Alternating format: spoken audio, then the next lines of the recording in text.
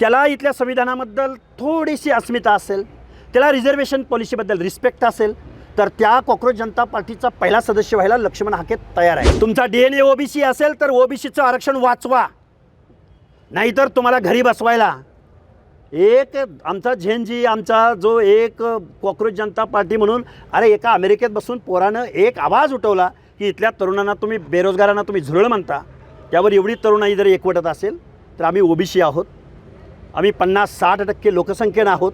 आमचा ओबीसी एकवटला तर इथल्या सत्ताधाऱ्यांना, इथल्या कारखानदारांना, भांडवलदारांना आम्ही घरी बसू, हे मी पूर्ण जबाबदारीनिशी या महाराष्ट्राच्या मुख्यमंत्री महोदयांना सांगू इच्छितो। पण मुख्यमंत्री महोदय, अजून वेळ गेलेली नाही, आम्ही आंदोलक होतो, निवडणुकीच्या पूर्वी आम्ही जाहीर भूमिका घेतली तुम्हाला मदत करायची, पण तुम्ही आम्हा ओबीसींना जर वाऱ्यावर सोडणार असाल तर आमच्यामध्ये सुद्धा मताचं बटन आम्हालाही आहे, आम्ही तुम्हाला निवडणुकीमध्ये बघून घेऊ।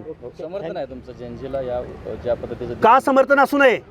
या तरुणाईला 2000 सालानंतर जन्माला आलेल्या, म्हणजे 25-26 वर्षाचा हा जर जेनजी असेल आणि त्याला सिविक सेन्स, त्याला इथल्या संविधानाबद्दल थोडीशी अस्मिता असेल, त्याला रिझर्वेशन पॉलिसीबद्दल रिस्पेक्ट असेल, तर त्या कॉक्रोच जनता पार्टीचा पहिला सदस्य व्हायला लक्ष्मण हाके तयार आहे।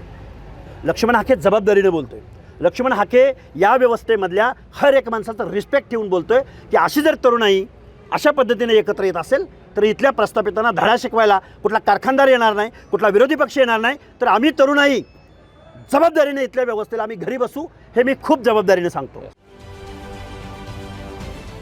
महाराष्ट्रातील सर्व बातम्यांचे विश्वासार्ह व्यासपीठ, सकाळच्या सर्व सोशल मीडिया प्लॅटफॉर्मला लाईक, फॉलो आणि सबस्क्राईब करा।